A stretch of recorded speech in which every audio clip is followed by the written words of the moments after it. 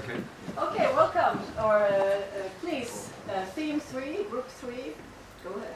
Okay. Well, firstly, good morning, and thank you for allowing us to go first. So I know I've got to leave quite quickly. So before we start, we just want to quickly talk about how our group have worked as a team. And I think during the whole week, the networking has been fantastic. But as a team, we've really gelled quite quickly.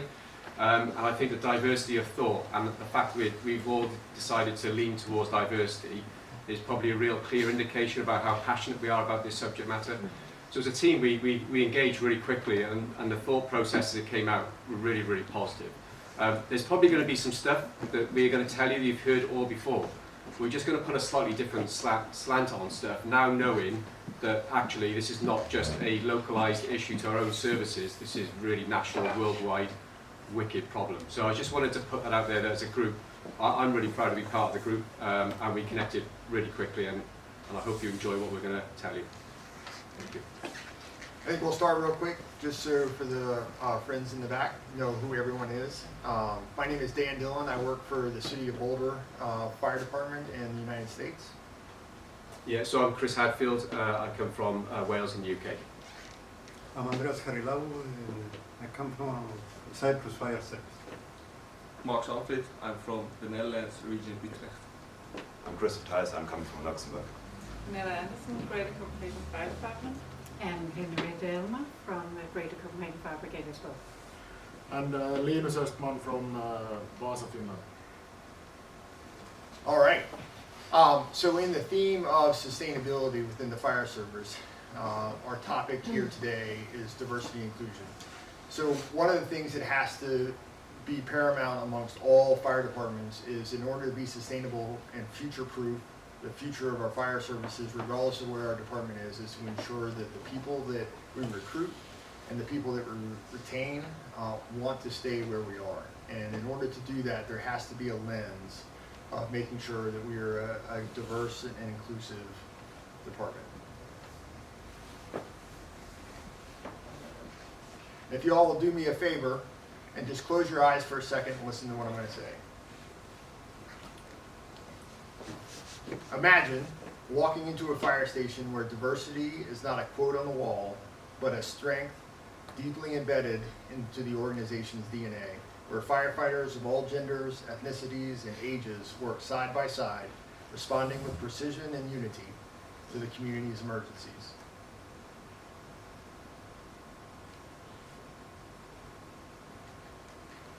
Okay, so we know that when we look at our standardized policies and EU Fire Service, like I said earlier, when we talk about understanding the wicked challenge that we've got on diversity and inclusion, first thing I recognise that coming onto this ODP is that this is not a UK issue, it's not an island issue, this is a worldwide national issue on the recruitment of diverse workforce. So when we look at some of the challenges, the first thing we looked at as a group is what are the key challenges facing people not joining the fire rescue service. And you can see on there, there's quite a list of issues that we raised quite quickly. And I think one of the first ones we talked around was just about the wording we use in terms of terminology. And just the word firefighter in its own right is a male connotation. And it has a link to male connotation. So automatically, those who are coming from a female gender, looking into fire service, there's already a small barrier there before you start on a psychological level. And then we look at what we've learned over the last couple of days around leadership and certainly around the intelligence or the cultural intelligence. There's a lot of work regarding leadership. We did an exercise yesterday and we talked about how people are enticed into services, and yet when they get there, it's not quite what it is appeared on the package. And then it's about looking at where the lack of visible role models are in service, what the physical testing of a misalignment looks like, all the way down to cultural resistance and the recruitment outreach gaps. So some of the challenges on there, probably not unusual to you. They're ones that you would have picked up, but it's ones that we focused on during the whole process of this presentation. So why is it really important to us? Well, I think the first one is that we recognise that a more diverse workforce, you will get, or it can improve innovation and quality of your teams. We know that, we've learned that. There's some challenge yesterday around cultural intelligence and whether or not there is, but as a team, we believe that having a diverse workforce would give you better innovation. It can create a healthy atmosphere and culture. It can certainly increase the reach into the labour pool, and that is around, you know, I can't be what I can't see. So people come into the service not seeing themselves in that role model position. That's a really powerful message. And when you look at some of the recruitment packages, certainly where my service, you look at the historical recruitment packages, very white, very male, and it has been for a number of years. So we've got to change that thinking. And then it's around how we connect the department with the community or a society that we serve, and that's having a reflection. So having a reflection of the community within your service can provide a real diversity of thought and problem solving. So with that, to make the fire services, specifically here in Europe and elsewhere, we have to kind of take a look at some of the goals. And so some of those goals, just like with any vision or plan, you have to have an idea of where you want to go. So one of the things that we talked about quite a bit was improving the flexibility of the fire service and in that recruitment and retention field, because our communities are always changing. And in order to stay on pace with those communities, we have to be able to change with them. There are also greater demands on the fire service at any given time, and we have to be flexible enough to address those. We talked about improving our capacity to innovate and to take a look at reframing how we do our business, reframing how we look at our community, reframing how we recruit employees, and then reframing how do we retain those employees so that they make that a career, something where we can build a community within the fire service and the fire station itself, but also maintain those folks to have a greater breadth of information and communication within our own service to make us better at what we do. We talked about building stronger and more effective and well-trained organizations. We talked about creating a safe environment. You know, one of the things that, again, we talked about yesterday, that Christian just talked about, was if we lead you into our organization and when you get there it's not what you thought it was going to be, that space is not a safe space for you. And so it's important for us as we build our future organizations and rebuild our current ones, is to make sure that the environment inside of our organization is safe for all of those that we're asking them to come to us. And then with that safeness, you have transparency. We have to be open and honest about where we are today and where we want to be. And as we talk to folks coming into our organizations, they have to understand that not everything changes at night, overnight. There are going to be some rough spots, but I think that transparency in how we talk about what our environment looks like and where our environment wants to go, it allows folks to come in and see where they can be as the organization grows.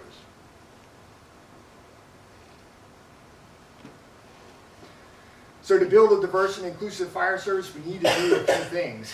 We need to collectively reimagine our recruitment and retention philosophy.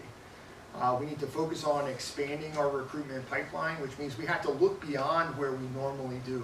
You know, part of that is having a really good look into what our community is around us and where are we recruiting within that community. You know, perhaps in most cases where you're not getting the folks that you want, you're probably not looking in the right places. So it's very important to have an introspective look of, you know, what is your recruitment material look like and who is it targeting and how much energy are you putting into that space. We want to build a culture of belonging, kind of coming back to that safe space area, to make sure that folks, when they get there, especially young folks today, they want to be a part of something. They want to feel like that they are making a contribution, not just to the work that they're doing, but to the organization itself. All with the goal of creating a department that reflects our community. Okay, so we look at recruitment strategies. I'm going to lean on Christoph if you want to go with it. Well, first we have a look at the recruitment strategies through the lens of diversity, and throughout the week we found out that we share the same values all throughout the different organizations. And those values, they imply that we should be a diverse community. However, what we also learned during this week is that from outside, people outside the organization do not perceive us the same way as we perceive ourselves regarding those values. So the first idea is to identify and break down the different barriers that prevent them to get to our values, and especially also in terms of language, like we talked about.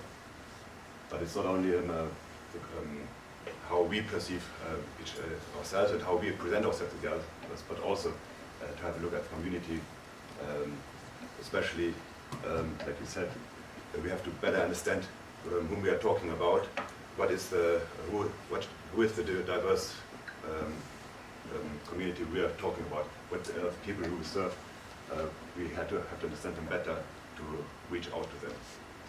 Yeah, so I think you look at some of the concrete measures that we're looking at here. I think the first one is around identification of language. So I touched on there the role of the firefighter, and it's really interesting talking to Dan around the US model. They made a very conscious decision not to use the word firefighter or family when it came to joining the team. And that was a conscious decision from the US to make that move. It takes away the male connotation straight away of the word firefighter, which is really interesting in its own right. And then we talk about understanding people. Certainly yesterday I took loads away from the cultural intelligence piece. And I've been on many stations in my service, and I've always asked the question, why aren't we reaching out to more female firefighters? I always get a shrug. Why don't I just don't know. We need to know. So as leaders of organisations, leaders of the FEU, leaders of NFCC, we really need to understand why people aren't joining us, not just accepting that they're not. So that for me is about really understanding the cultural intelligence of the people you serve. And there's some real big work in there in terms of getting a deep dive into those cultures and understanding that. And that'll mean really real engagement, not survey engagement, that's face-to-face proper engagement. We look at local measures, so things like going out to your community, we all have done that or do that on some scale.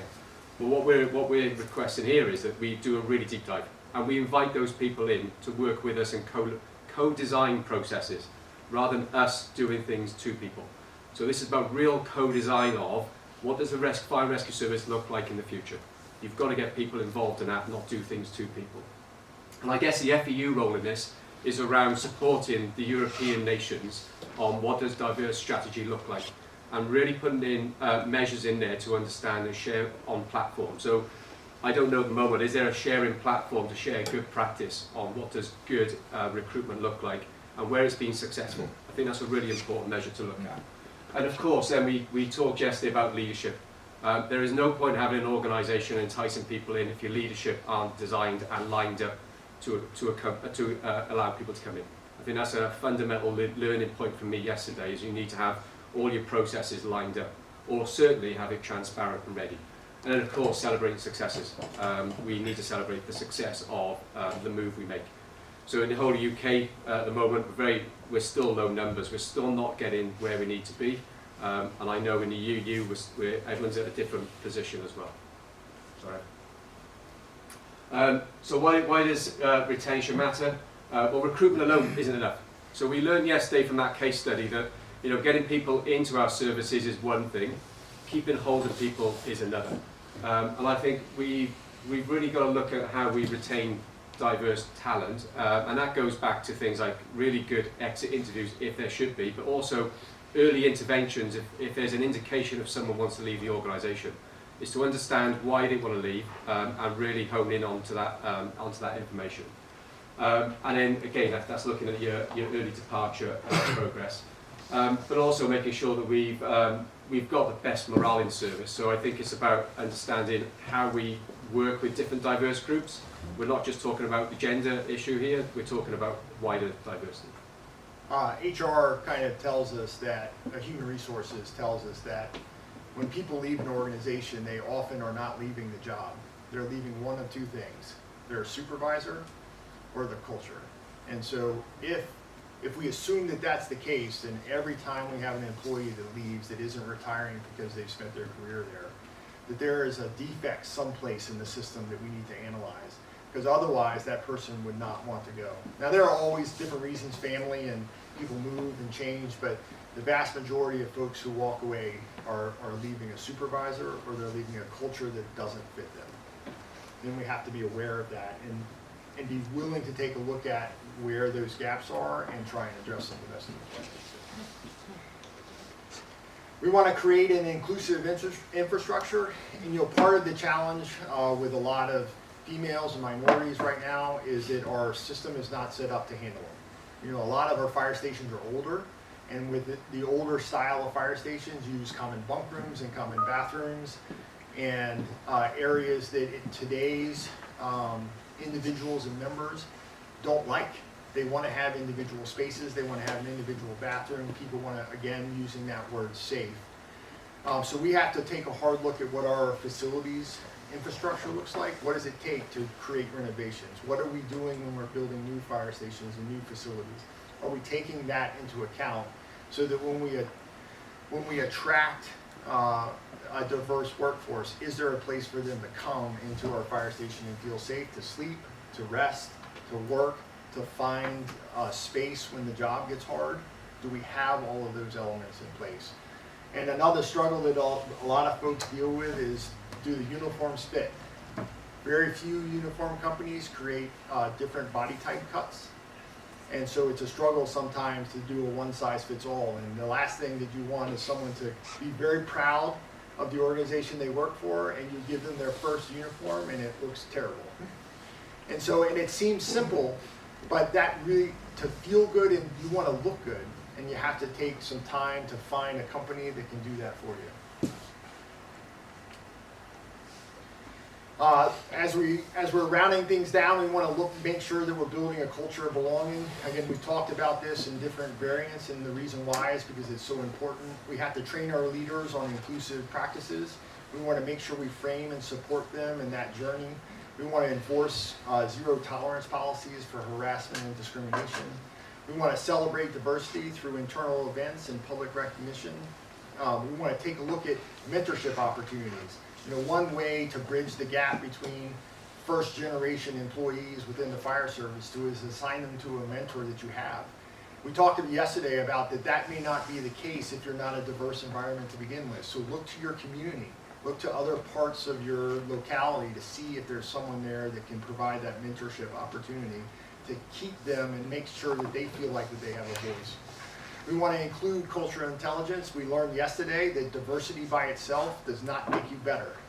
If you don't have cultural intelligence within the diversity of your organization, it's not going to work the way you think it will. So added on to that is around the work-life flexibility and wellness. So I don't know if any of my colleagues want to step in at this point, or?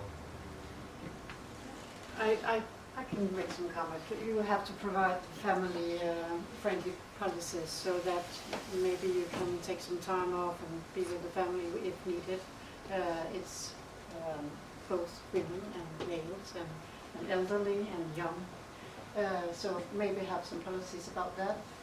Also have some fitness and wellness programs that fits the diversity and offers accessible and anonymous mental health support. And we talked a lot about the different health support systems that we have in the different countries, and we have to fit it for the new persons getting inside the organization, so that it's not only one, but everybody that can have this service. And we recognise, though, I'm sure as you're watching us, you're probably thinking this is very expensive, and it can be, because if you're talking about, you know, we talk very much around in our group around a female firefighter going off to be a parent, and how do they come back into the workplace, and what do we offer to allow that to happen, flexibility.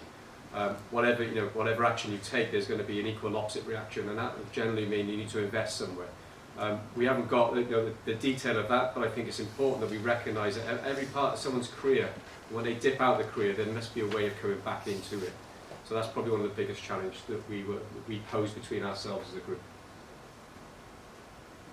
And then finally, I guess, the ask for FEU assistance. So I think from a top level, really, it's about understanding what the key message is for the EU nations around your diversity strategy and your policy. And what does that actually mean? How do you support that in terms of the localism? So what does that policy look like? And I think it's also important around the mandate of diversity, equality, inclusion, recruitment training.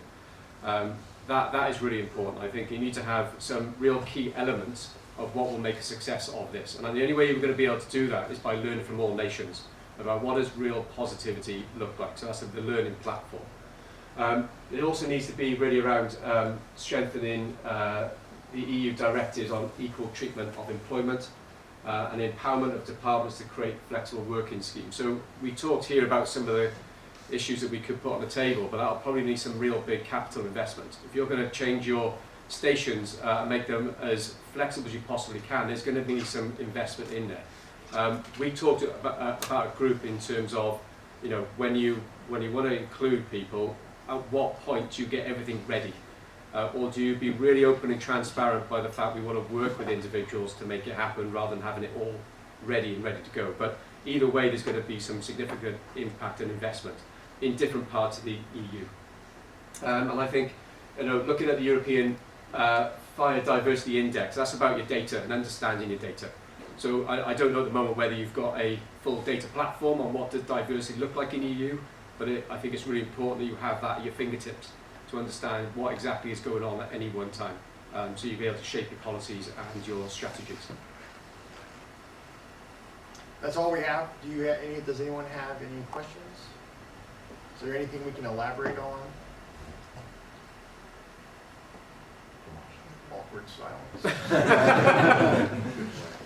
All right, thank you so much for your time and your attention. I have a question. Yeah. No one else has a question. So out of curiosity, since you're coming from different countries, different fire rescue service organizations, was there anything that you were surprised about when learning and discussing this topic in particular amongst yourselves? Or were you like really on the same page and having the same type of challenges and ideas? Yeah, I think. Oh, sorry. I think that we learned a lot from each other, but surprise, no. When we talked about it, we all said, yeah, that's a problem. So it went quite quickly to just put down what is the problem and the vision, and then we worked a lot about the other stuff to fill in what to do, and that is what, as we told you about, we think it's important that we not only do it local, but also national and also by the EU. So in different perspectives. So no, I don't think surprises, but nodding a lot. Yes, I yes. think the biggest surprise was how common the problem is Yes, throughout all the organization. And to echo on that, I think that the lack of surprise just shows how global our problem is. Right? It's not the United States. It's not the EU partner countries. It's everybody. Everybody has a society that has the same challenges. They may look a little bit different depending on where you're from and depending on how your government is organized. But at the end of the day, our problems are all the same. The workforce, the youth, they're all having the same challenges because we're all human. And that human element, just because you're 4,000 miles away from someone else doesn't mean it's any different. And I think this week kind of showed that to us, that regardless of where we are, regardless of the size of our department, the complexity of our community, we're all human beings at the end of the day, and we all have the same challenges and problems. I know we have a half an hour in the end, so just to follow up, but just two specific questions to a wonderful presentation. I think makes it clear how much work you put into it and how many discussions that's prior to this. What do you say to your colleague when you get back home? Because you probably have a colleague saying, we don't have any problem. I think yesterday it was an eye-opener for all of us that you can change the system, but when you don't have enough cultural intelligence in your leadership, it won't work. So I think that is the big message. So you can change your system and you can do anything about it, but when you don't change your leadership and your cultural intelligence, it won't work anyway. So you have to combine those two. So we don't have any problems in my department. So what do you tell me? So we need to be really honest with you. Yeah. Because there needs to be real honesty and transparency. There is a problem. I like to frame it slightly differently, that it's not a problem to overcome, it's a strength to tap into. And there's a different way of looking at it, because one thing I learned straight away is that we've all got this wicked problem, or wicked challenge. But we need to be really honest. We need to be really honest with you, but really honest with our paymasters as well, that we have got an issue here that And we need to tap into it, and we need to do something different, because we've been dealing with this issue for many years. And we probably haven't got the solutions here for you. But I think the first thing is we need to be honest with ourselves. We're not getting it right now, and we need to think differently. So Monday morning, returning to office, the chief comes to you saying, "Hey, welcome back. Any good piece of advice for me?" What would that best piece of advice to the chief be on Monday morning? I think that the piece of advice is be introspective, right? One thing that we've learned this week is about reframing your own reality. And so I think it's taking a hard look at where we are, where you are. And from a research standpoint, you have to start asking yourself questions. If you don't think you're a problem, you have a problem, why do you think that you don't? Because there are going to be key elements that are missing within the organization. Something is not working the way, and you have to continually ask yourself. You know, we do total quality improvement in the U.S., and that's what it requires a constant look at how are we doing and grading ourselves. And so my advice to you, sir, would be take a moment and think about, is the organization where you want it to be? And if it's not, what steps need to be taken to get you there? And one other strategy to bring the messages, just as Christian said, it's not to talk only about the problem, but also to rebrand it and show the strength and the opportunities to gain from it. Good quote. If you ask me, Jacob, I didn't, Jacob. no, I think it's interesting for the group. Scientifically, there's research, and it's proven that diverse organizations perform better. They have better results, and they perform better than not diverse. So as a chief, you know, if you have your spreadsheet with data, it's scientifically proven that they perform better and they have better results. Yeah, if we know how to make an advantage of that diversity, that's also what I think I told you, wasn't So it? diversity itself doesn't solve any problems. We know there's a diversity in the fire brigade as well, so we didn't make it concrete like a checklist to go home with. I was just wondering what you were going to tell me on Monday morning. You know how it comes. First thing you ask the chief, did you have a good weekend? But we have made a presentation that you can take home and have some dialogue about. And that was the important part from us. We'd love to contribute with that. And that way, of course, our role models. And just because if one person says, we don't have a problem, that person might not see the problem. Sure. Yeah, so maybe we have to sell it as opportunity. Or that person might be the problem. Might be the problem. I've been in the fire service for quite some time, and I get that answer many times. A lot, yeah. But we don't have a problem in my organization. Yeah, but you might just not see the problem because you are not affected by the problem. So If as leaders we walk past this and we're willing to accept it. yeah, So I think it's time for us to start thinking differently now. yeah. And I would say what still astonished me is actually the way male and female interacts in the workplace. I thought we were beyond that point, but we still see examples where the interaction is actually down the drain. Yeah. Was it the day before yesterday? Yeah. So we have a lot of work in front of us on this one. So I think the more eyes we have on the issue, the easier we are, the closer we are to a good solution as well, because we need to drive this from the whole of the organization. We can't just drive it from the leadership point of view. We need to include the whole organization. So I'm really glad that Christian, having to leave, gave us an opportunity to reshuffle the stuff, because talking about the people is really nice. We're going to talk about the place where you guys already touched upon it a bit, where they're going to stay. So the who, in terms of people, was addressed before the place, the where. Let us introduce ourselves. I'm Martin Workman from the fire safety region of Rotterdam in the Netherlands. Mika Lankinen from Finland, southwest Finland.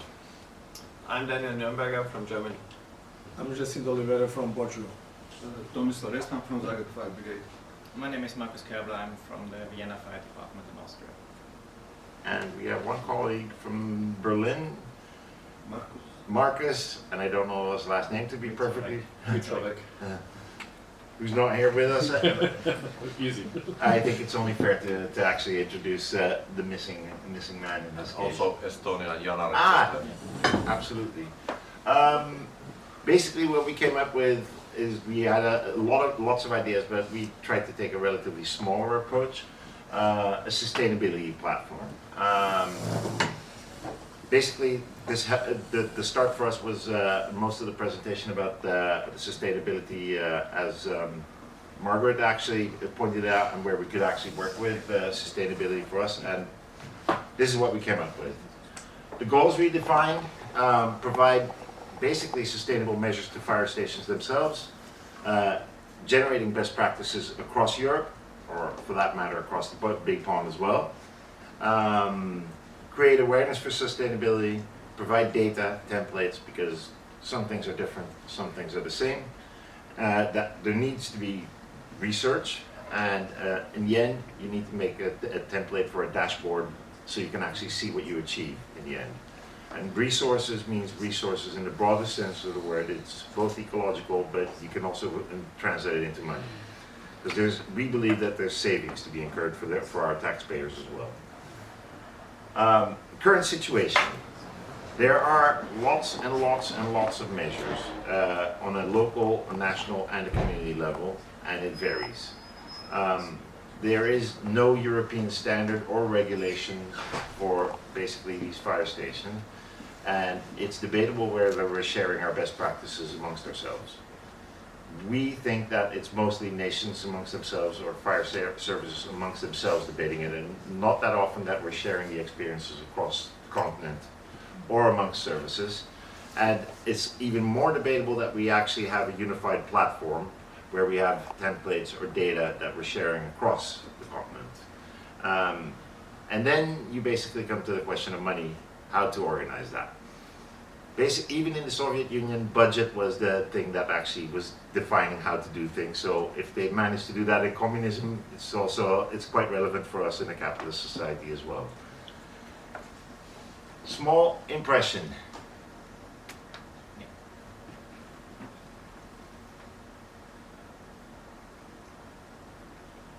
Very brief impression, this is the idea that we came up with. Now the why. Basically, the environmental impact of what we're doing is relatively big. We have a relatively large carbon footprint. We have lots of resources which we use as finite resources, which don't need to be finite resources. And therefore, the long-term viability is debatable how we're doing what we're doing right now, basically with our fire stations. We believe, as I mentioned earlier, that there's cost savings to be made, and we believe that actually if you build this philosophy into the fire stations that we should make, that there is a better health and safety business case to be made as well. Cleaner air and water for the people working in that building, and resilience to climate change itself are the main drivers. And on top of that, the second thing is basically you need to be exemplary to your society. We are a part of that society, but the society is also paying for our presence there. And basically, I'm really grateful for your presentation with this little picture with fire station do not enter. Because if you want to be a role model, you need to be open. Resilience, basically, if you build a fire station in these times with geopolitical strife, where here in Sweden the war is an issue because it's the neighbors fighting right now. We are part of civil protection, whether we like it or not. So basically, it helps us for the geopolitical strife we're in, but it is the hub that is going to be there when there's disasters as well. If you look at the rains in southern Poland last summer, it was the firefighters doing the job. The army came in later. On top of that, you can organize your resources better if this place is cradle to cradle, but if you make it circular in terms of the energy consumption or the water that you're using. Economic benefits, you can go two ways there. For starters, it's job creation when you're building a new fire station. You create local economic growth, and the questionable, and we'd like to debate that with you as chiefs, economies of scale. You have the philosophy, which I know they have in the east of the Netherlands, where you want to have local entrepreneurs actually getting involved with the fire service. On the other hand, if you go to a European model, you have economies of scale. Matter of choice, matter of debate. It's not basically that we're just selling a dream, it's already there.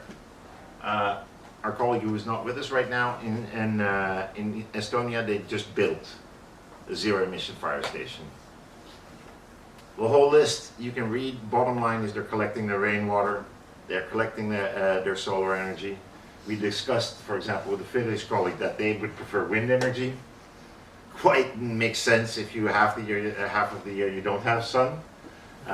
So these kinds of variables you have to do. Basically, the idea, if you look at it from a Portuguese perspective, you can also convert solar energy into hydrogen. And that hydrogen you can use to heat or cool the place, but also in the end run fire engines. It makes sense to actually do this, and basically the way they built this fire station is local materials that were already there. So it's there, it's been proven, and at the same time we also, this is where we notice the difference between different nations and how we do things. From my own experience in the Netherlands, we tend to have relatively small fire stations, but a high distribution of it. But you also have fire services where they have large centralized fire stations, and that can vary as well. And we learned from Berlin, and they have a modular concept. So basically, they have the building blocks in place where they just, like Lego, create a bigger or smaller fire station. And the one thing we would like to add to that is that we should also look at the corporate fire departments, because they tend to have bigger stuff. So that the module should be expanded to include the industrial firefighting stuff. And these are the impressions of where they're going. Copyright, I have to read it, so that's why they're there. But these are the building blocks. Just to give you an impression, if you want the details, we can zoom in, but they just put this together like a bunch of Lego blocks. That's simple. So you can actually work with this. You can actually plan it in such a way that they have their own bedrooms, the people on the thing. But the trick, the name of the game, it's modular. Now, the future. Yeah, from city of Turku, where I work, we have a situation that we used to be in the, this is the central fire station in Turku. We used to be the users under the landlord, so we were in the same organization. But 3 years ago, now we are the renters, so the rents went really high up. We are not able to stay in our historical buildings anymore, since they're in practical, there's too many square meters that we're not using, but we're paying a lot of money of those. We also have the city of Turku growing a lot, so we need to see what's the good point for the new fire stations. There's a cost estimate for 50 million to renovate this old building, so that's not wise to do. We can get 5 new stations with that. So we could be the one pilot city to build up zero emission modular firehouses in places we already know that we need in next 5 to 7 years. And since we're doing 5 stations, we probably are using lots of time spending when we plan the same squares again and again. Why? It's not worth it. Why not make it? Everybody in different countries, we have the same needs. Everybody's doing the planning themselves. Why? It's stupid. Thanks. And we just did a mental exercise. There's money to be saved with taxpayers as well. So we roughly guesstimated that if we have roughly 40,000 fire stations across the continent, and say on an annual basis, 1% of those fire stations get replaced or renewed. 1%. And we estimated across the continent, depending on the country and the way the cost breakdown of space, building, labor, it is on average, a fire station would cost you 2 million euros. If you take 20%, just because of the circularity, that's 400,000 euros per fire station. If we do that times 1% of the fire stations we do, it's 160 million euros that you're just saving of taxpayers' money across the continent. That's a lot of money per year. Exactly. That is not even the cost that you're saving on resources when you're using the building. So there is a bit, we strongly believe that there's a business case to be worked out, just to change our own circularity, and that we can use that taxpayers' money wisely for other things. So what do we ask of you? Basically, we came up with this idea. We had to do it in a pressure cooker, but if you really want to work out this idea, we need resources. In order to have resources to actually do this, you need to have people that are assigned to the job. So you as commanders can actually give us the opportunity to actually work out this idea. We need to have dedicated time to work this out. Secondly, basically, we need research institutes to get involved. Academia can help us. We came up with this idea over here, but to fine-tune it, we need academia involved. Basically, the first green one latches onto that. And then we need to work out a proof of concept. Because this is our initial idea, but we need to work it out and make it concrete. The numbers I just mentioned, they're just what we did with rough guesstimates. But we need to make it concrete. And then I think you can help us to help you to go to the EU to get EU funds for this. We're in the boat together, but unfortunately we need the old men. Stefan, in this case. We need you to actually get to DG Home and help get the EU involved to get this sorted. And if we would want to sell this dream, basically we would like to make it concrete and set ourselves a deadline and then make a presentation for this proof of concept that Intershoots 2026. Yes. That's it. Thank you for the presentation. We have a lot of time for questions. I don't even think the time was up. So No, it's not 5 minutes. yeah. So, any questions? I of course have one. Otherwise, You start them. I start them because then people will follow. I hope. So Daniel, it's from Berlin that you already have this concept, I suppose. No, Marcus is from Berlin. Marcus, sorry, yeah. Oh, sorry. He brought this idea into the process, Yeah. which we find is a very good idea. Yeah, really concrete reduce costs. example for. So I suppose that it's a sort of a permanent building structure, but Lego-wise, doing like this. Yeah, but you can also, I can give you an example from my own safety region. We had a tunnel, the first major tunnel in the Netherlands that was being renovated. We basically had a temporary fire station and we moved the lot. Yeah. 50 kilometers down.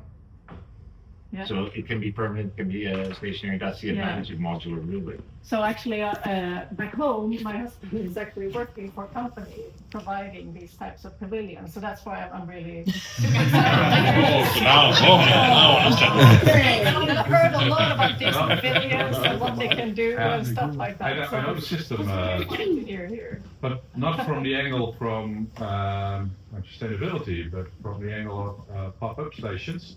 There are some countries that are building pop-up stations during summertime in the riskful areas, just from May till November, and then they are gone again. Yeah. And pop-up stations. You can just put these on a truck and just. Depending on the risk. Yeah. And I know in Denmark, the Falk had a lot of testing stations pop up like using these pavilions. So yeah. But really the thing that. Okay, I have one question, This is about new buildings. And in my region we have 45 stations, and they are in our budget for 40 years. So every 40 years we have to build a new station. But what can you do in existing stations who are already there? Okay, you cannot rebuild, but what can you do? Small changes. Did you think about it? No, we didn't.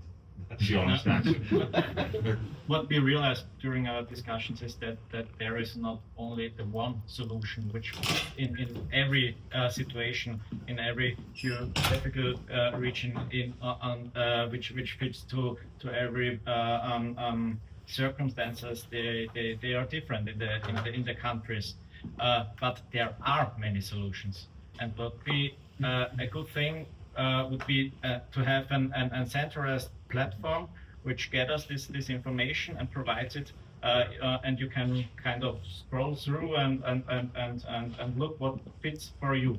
Yeah. It would be interesting what we see in my country if you have the DEI concept together with a sustainability concept to make new stations. Especially from DEI perspective, we can make a different setup of our stations. Exactly. And that's why I'm really glad that Group 3 was ahead of us, and that one picture, fire station do not enter. The US has a good model for that already. So a sustainable net zero building is DEI compliant. And you have big costs. You have big but it's all scalable, right, to whatever you want to put into it. But it exists.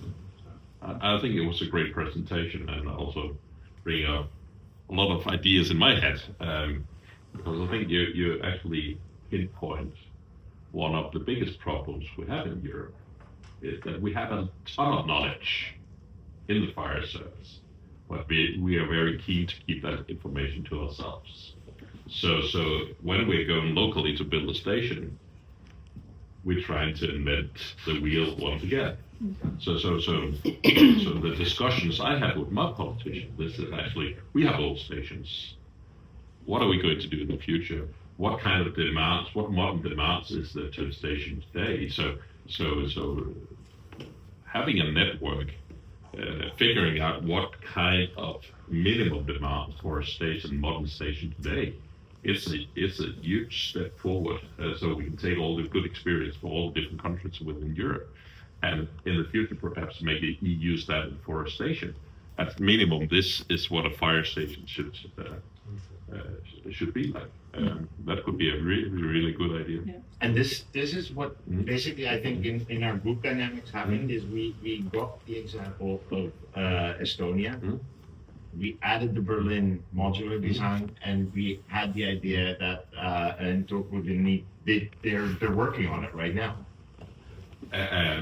So I think when I talk to my politicians or politicians in general, fire stations are landmarks.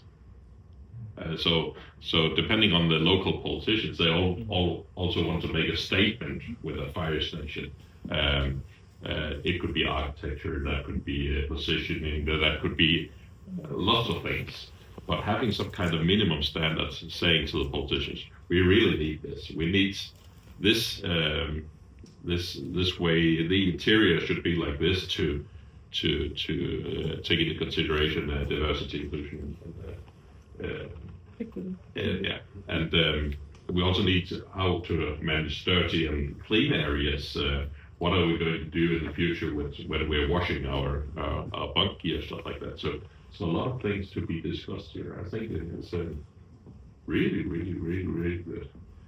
Perhaps I can. The future is bright. Yeah, and two things, because our work is always looking where are the windows of opportunities, to get funding, to get money, to get a change. Two things. European funding is very difficult, but we managed, and it's cross-border. If you build a fire station on the border for two countries, there's a lot of funding in Europe. So we have a project, it's called Crossfire, it's Netherlands and Germany. We get the funding from cross-border cooperation, but then you build a fire station. So it's a different funding.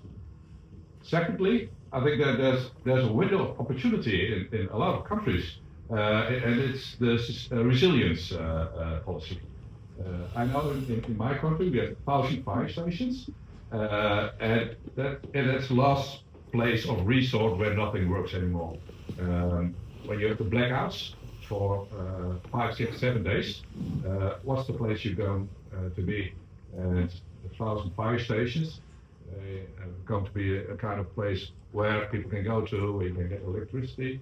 So there's a funding on European level, a funding to build resilience, last places of resort, if you have a big blackout.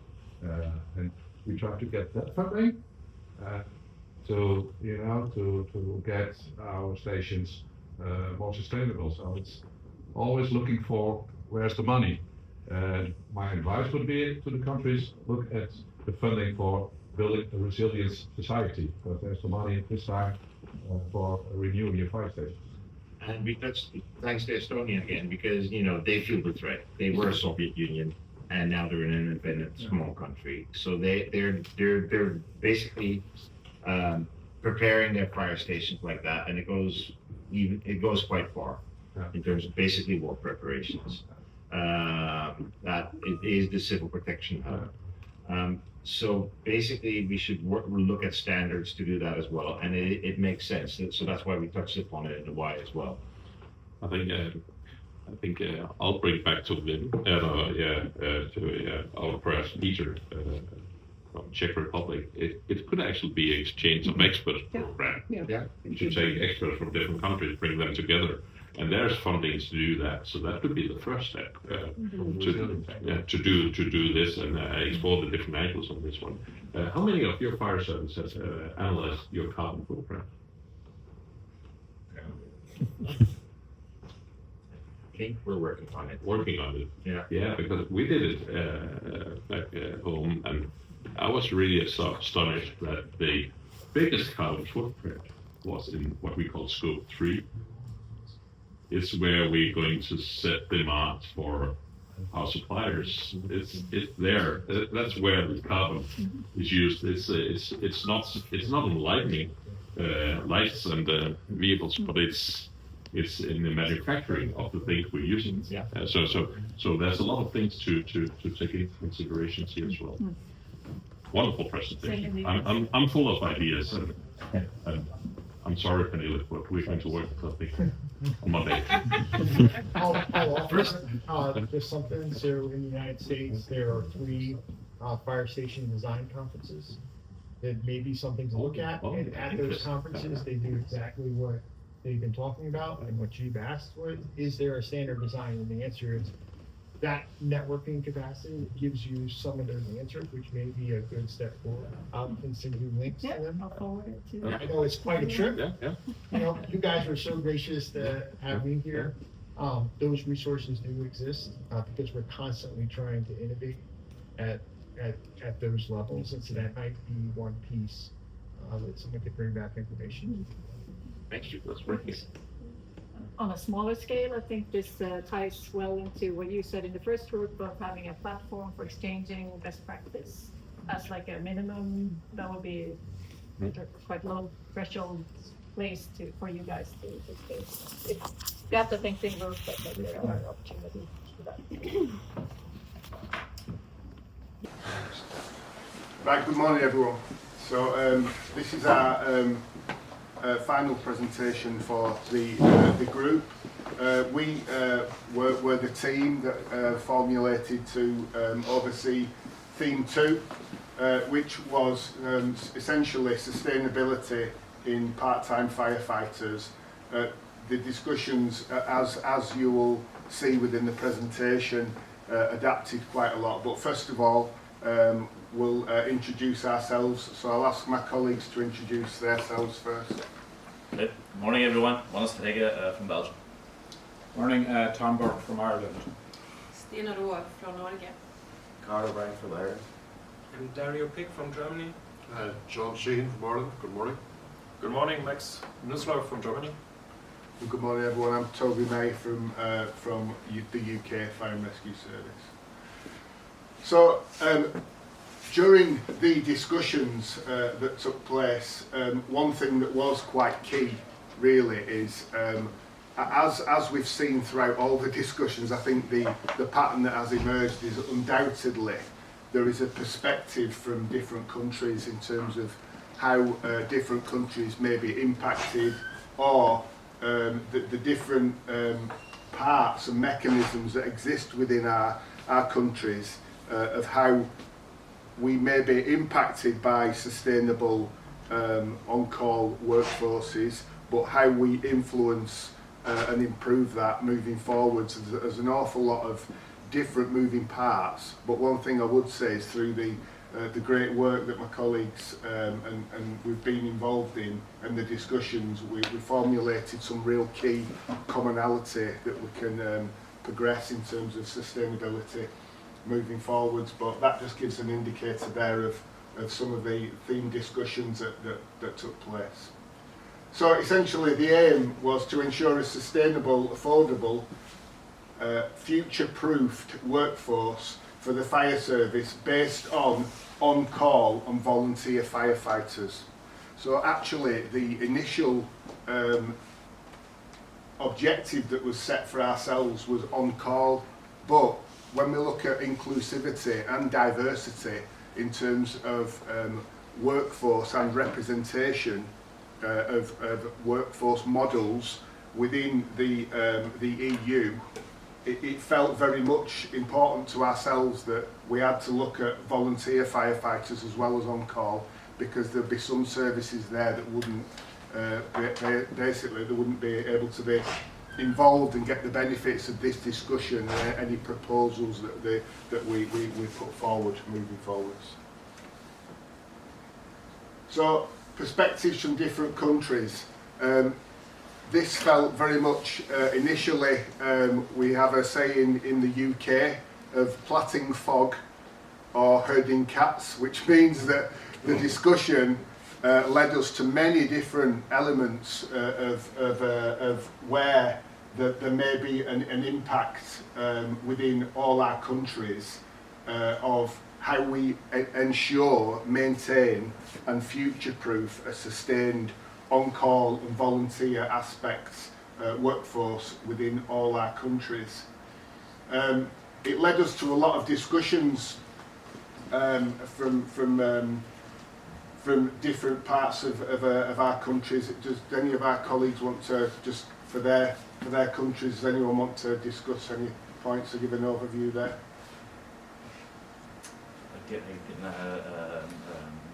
Jumped in.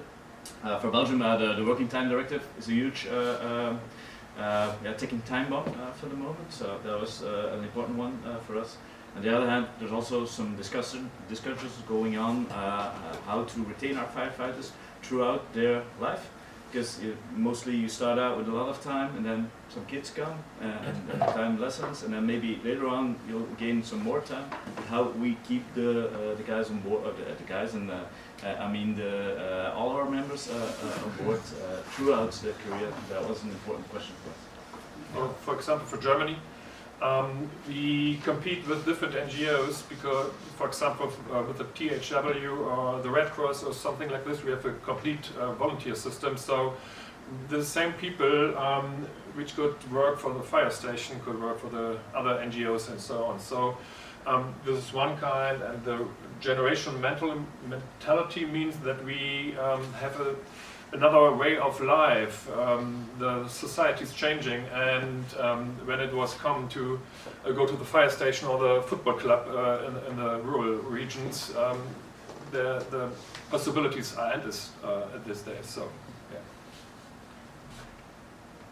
Okay, from an Ireland point of view, we're experiencing issues with the recruitment, mainly due to demographic change. We now have a mobile workforce. People are living in small urban communities, but they're not actually staying in it. They're moving to the more larger towns for work. So we have a problem there with the recruitment.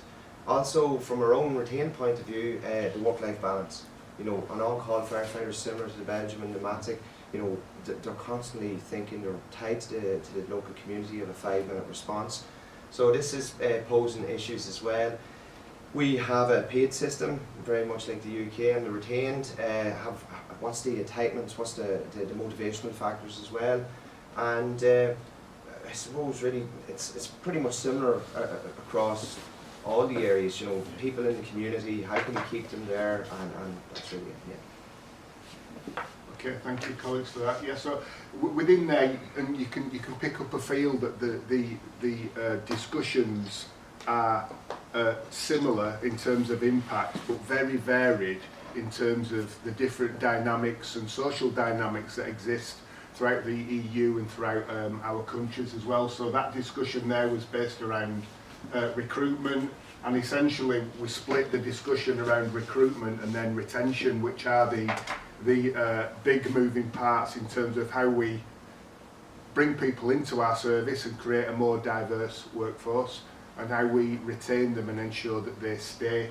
And we've heard, we had a lot of interesting discussions around the sharing is caring and the different mechanisms of how we maintain a lot of those mechanisms and moving parts. Again, some discussions there around retention and how we ensure and achieve the same retention, not only for on-call but for volunteer staff as well.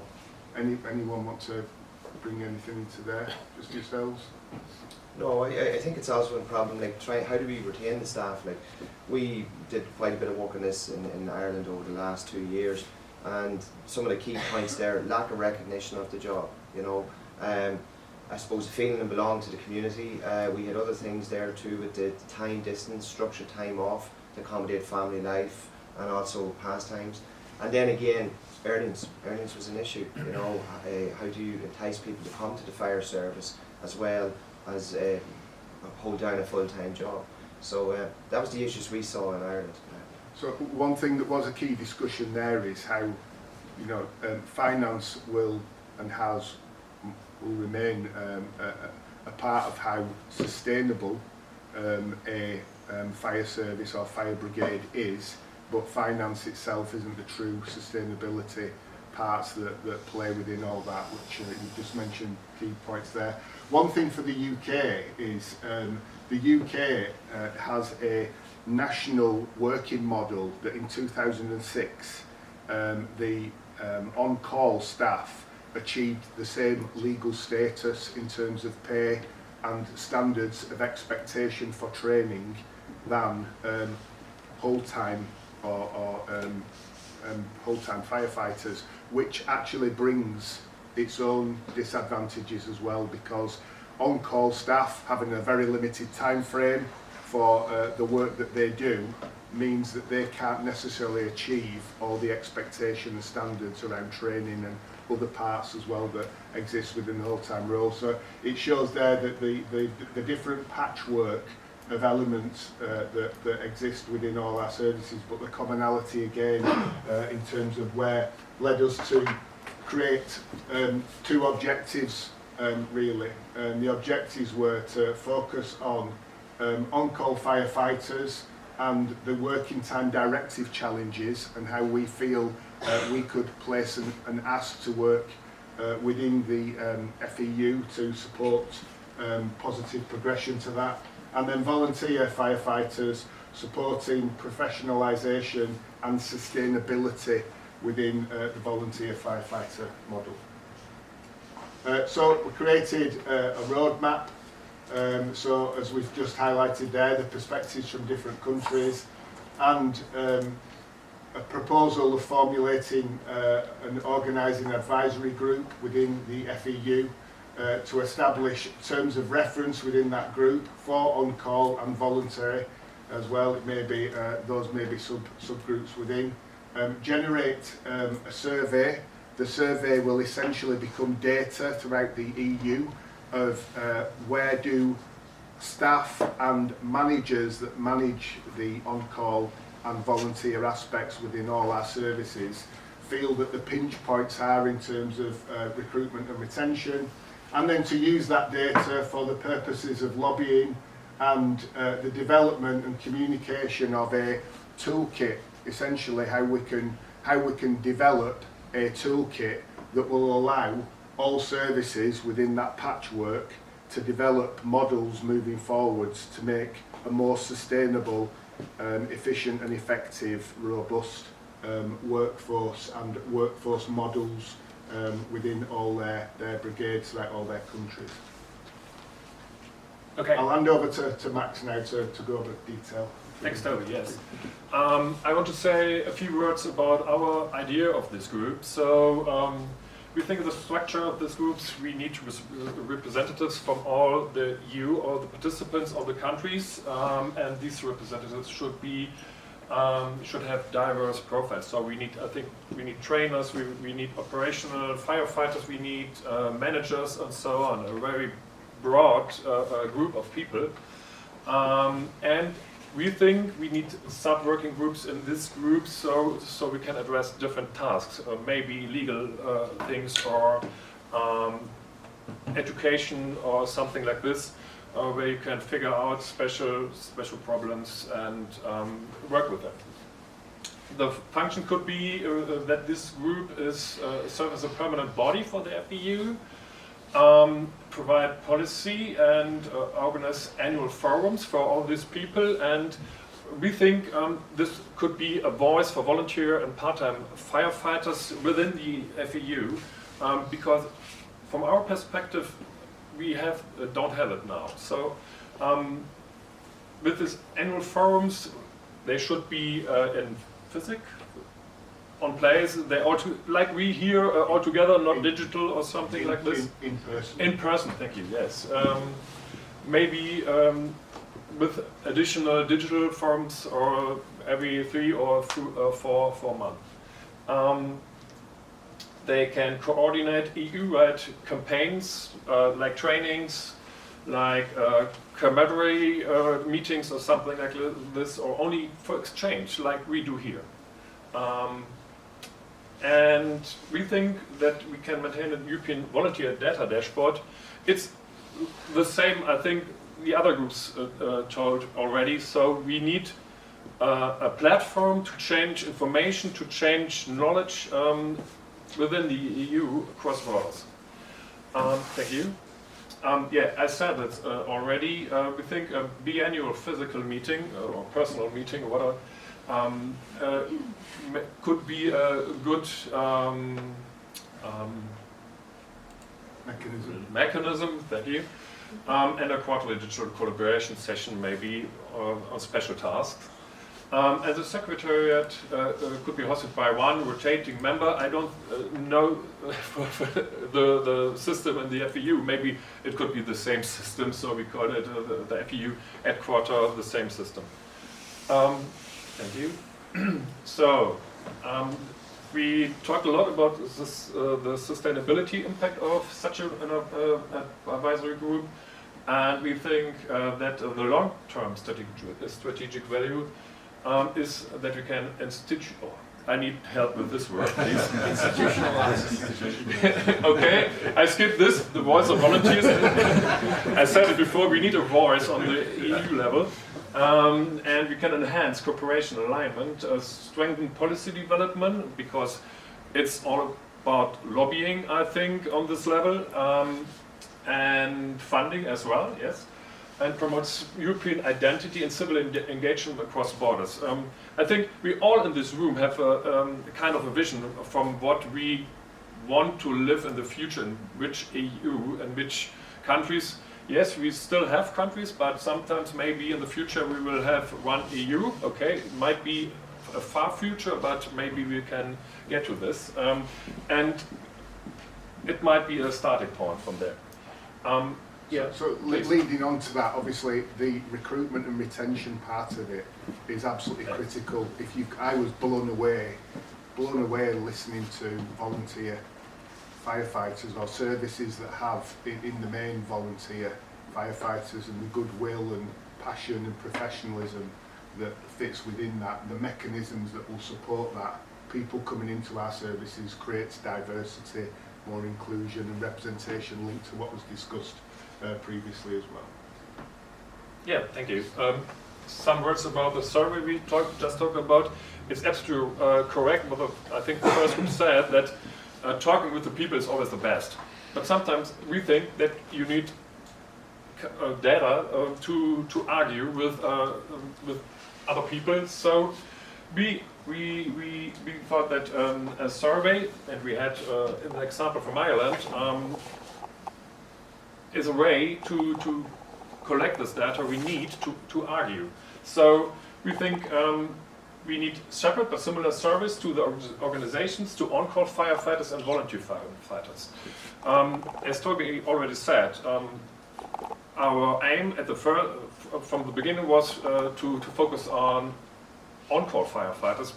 But for example, in Germany, we don't have on-call firefighters. We don't have paid firefighters in the system. Yes, we have, but they are only professional firefighters. And on the other side, we have only volunteers. So we come to the conclusion that we have to do both and address both. Yeah, thank you. Some question? Yeah.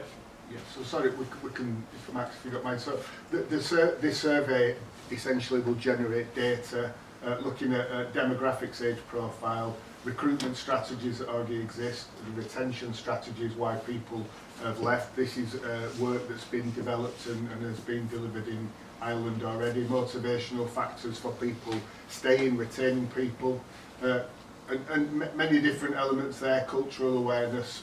Why did people join? Why did they stay? What attracted them to the service? And then there's service priorities, protection of life, property and civil security. So that gives a feel of what the survey could, and then the rich data that could be returned from within that as well. Lobbying, it was one of the key points that we discussed. We had a really invaluable positive presentation around how the EU operates and lobbying. So my colleague from Belgium's been involved in some work within lobbying. So is there anything you want to discuss there from around the Working Time Directive? Yeah, okay. But I think the survey can generate the data needed to convince people what the problem is, but also what the potential effects of the challenges might be. If we there's a difference if you just tell it. If you can tell, but if you can calculate the impact euro-wise, or you can calculate the impact human-wise, that speaks more for itself. So that's why we need that survey to use to convince the right people at the right places in the future. So essentially, the survey becomes data to give the actual underlying truth of what the implications are around the Working Time Directive and how that is delivered and maintained across all our services, essentially.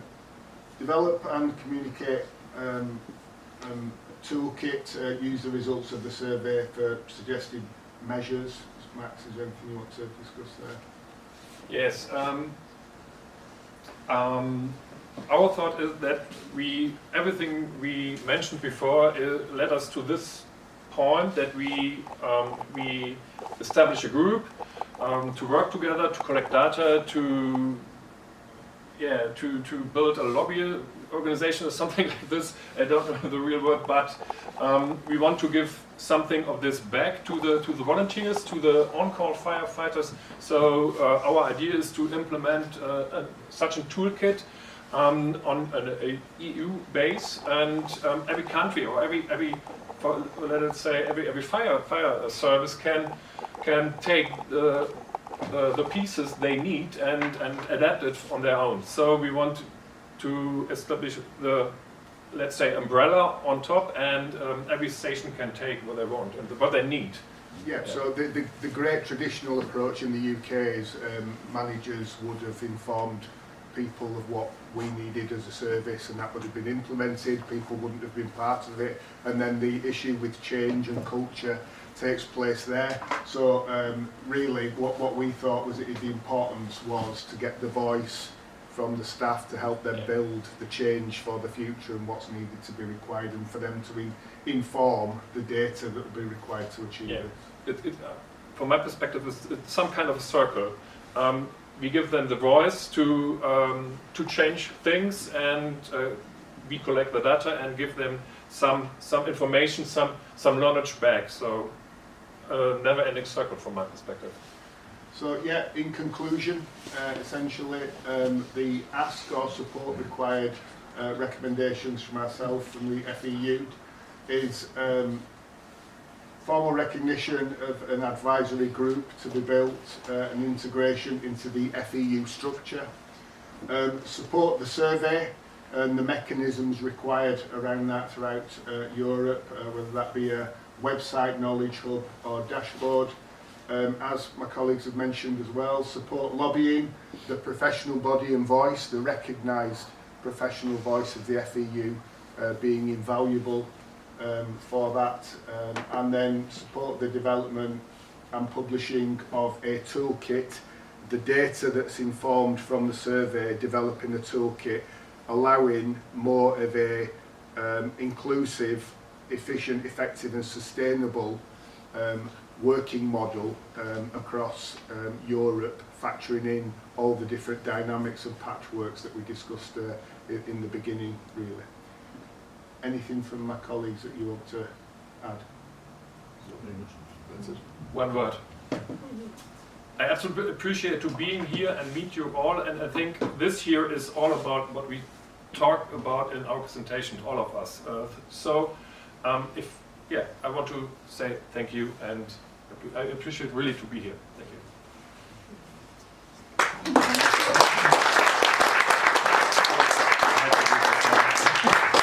So any questions for group? I think Max just already answered it in terms of inclusiveness. It also includes officers, I guess. Yeah. Yeah, so I think we mentioned in the slide, and I think it's been already adopted within a survey, the return from how managers manage staff, right, as well as the staff being involved in that is key, really, so you get a truly representative data set, really. Well, a small reaction. You are touching a very tough and difficult topic. And at the end, I will say something about what's happening now on this working time directives. We had for 2 years a discussion with all the countries. What's a volunteer firefighter? What's a part-time firefighter? What's an on-call firefighter? What's a career firefighter? What are the classes of? We don't have the common sense of that. Secondly, there are a lot of countries that say, okay, we have to do something about the working time directives, especially countries with a lot of volunteers. I know France and Germany and Austria and Slovenia, they are very active on this. And there are countries in Europe saying, no, we are happy, don't interfere. So this is a very tough topic to get a common goal in Europe.